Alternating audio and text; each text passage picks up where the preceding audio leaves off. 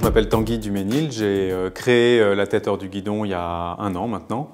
Et La Tête hors du guidon a vocation à aider les dirigeants de TPE et petites entreprises à prendre de la hauteur, à prendre un peu de recul sur leur activité et à traiter les sujets complexes qu'ils ne peuvent pas déléguer en interne. Donc du coup, on les aide sur des questions de vision stratégique, d'organisation, de RH, management, sur les choix de recrutement, où on les aide à mettre en place des projets de transformation un peu importants pour leur entreprise. Alors être entrepreneur en 2016, pour moi c'est d'abord être entrepreneur, c'est-à-dire créer de la valeur dans un monde incertain.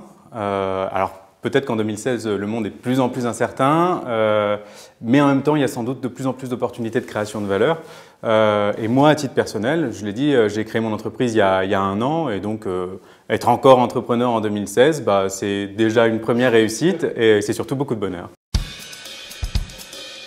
Ce qui serait vraiment intéressant, c'est un moratoire sur les mesures pour les dirigeants de petites entreprises, qu'il n'y ait pas de réglementaire, pas de juridique nouveau pendant 1-2 ans, histoire de laisser aux gens le temps de respirer et puis de se concentrer sur leur cœur de business, de se concentrer sur leur développement, voilà, de ne pas être parasité par l'externe, parce que ça demande du temps aussi de préparer l'avenir.